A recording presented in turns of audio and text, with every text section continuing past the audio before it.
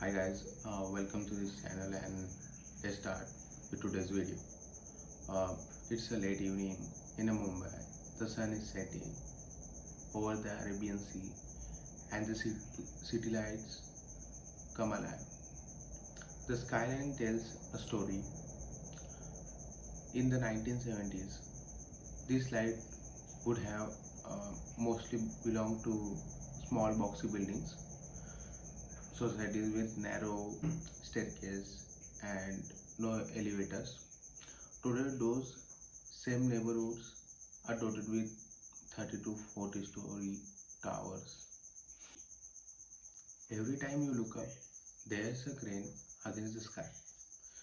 Mumbai, as the saying goes, is a city that never sleeps and perhaps never stop building. For someone walking down through SV Road in Goregaon, the transformation is especially visible. A few years ago, the old Filmistan Studio stood quietly a race of Bollywood golden era, and today that same land parcel is being transformed into Arcade's flagship luxury project with 3,200 crores in development value, gross development value (GDV). The reason this transformation feels so urgent is simple. Mumbai is running out of space. Most of the city housing stock dates back to the 60s and 70s, built quickly, cheaply, and often without thought to longevity. Today, these buildings are falling apart, leaking ceiling, cracked pillars, fire hazard. Redevelopment is not just about a luxury; it's about survival. Imagine living in 50-year-old Borivali society where the lift hasn't worked in a months and water slips through the wall every monsoon. When a developer comes with an offer, a brand new 2 BHK with parking in exchange of your crumbling flat, that the deal feels like lifeline. This is where Arcade has quietly craved its niche. Unlike the big name that dominates advertisements, hoardings, Arcade doesn't make too much noise. But talk to the resident of their completed project and the theme emerged: reliability. One Goregaon family recalls how Arkade delivered their building month ahead of schedule. Okay, in Mumbai that's like spotting and a miracle, and they laugh. Another resident in suburban Mumbai only described how transparent the company was handling the redevelopment negotiations. Sometimes they often fraught with mistrust. These small stories add up, giving Arcade a reputation of being a builder who shows up, builds, and delivers early. Of course, the reputation alone doesn't explain ambition. In September 2024, Arcade went public, raising 410 crores through its IPO. What stood out was not just the fundraise but the balance sheet at that time. Most developers juggle at the heavy debt. Arcade had just 71 crores in borrowing. For investors, that's the signal, something rare. Okay, the discipline the management delivers is what we can. The sustainability of management and the growth. What they believe is that they will carry them from the current top line of 683 crores in FY25 to eye-popping 10,000 crores in next 5 years. That's their target. But is this just a big talk or is it realistic? Let's rewind. In FY26 first quarters, Arcade clocked 165 crores in a quarterly revenue with net profit margin of 17%. These pre-sale collections touched record high.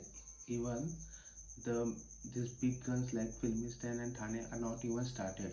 Okay, the management openly says FY27 and 28 will be their inflection point.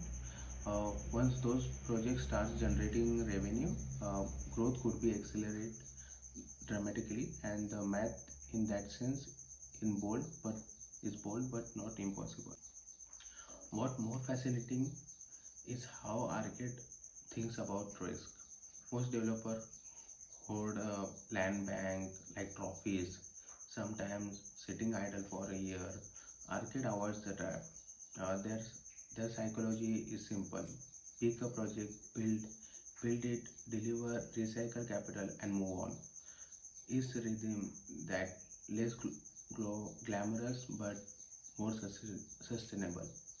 Think of it like a marathon runner pacing themselves while others sprint and thrive out. Of course, this marathon isn't without hurdles. Take the Daisha project, delayed because of regulatory clearance from a wireless stations nearby. Month of paperwork and stalled progress. Rising carrying cost, and in the city like Mumbai, this isn't an exception. It's the norm. Developers live and die by approval, and even the most disciplined can be held hostage by the rate. Then there's the market itself. Real estate is a cyclical. A sudden raise in interest rate, a slowdown in the economy, or oversupply in certain pockets can flip the sentiments overnight.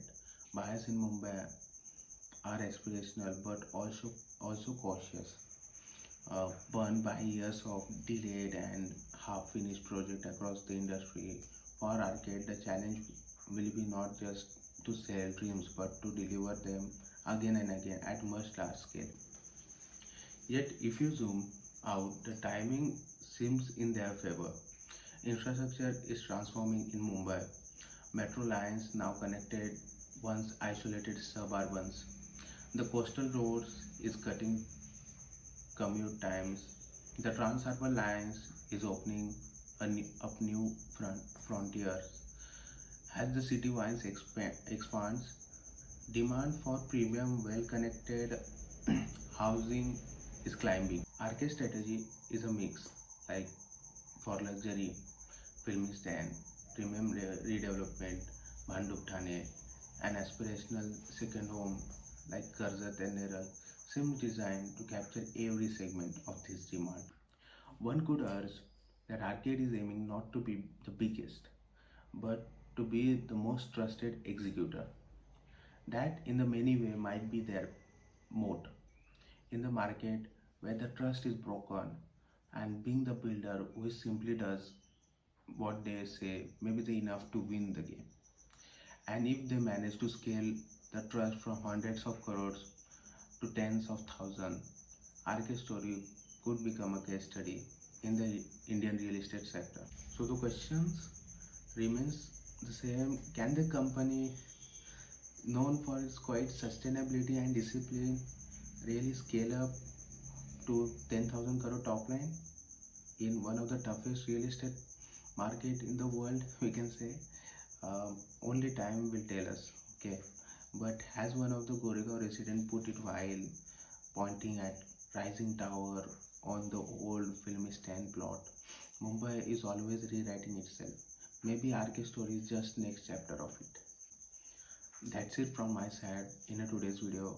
If you like this video, please like, share and subscribe this channel. Thank you.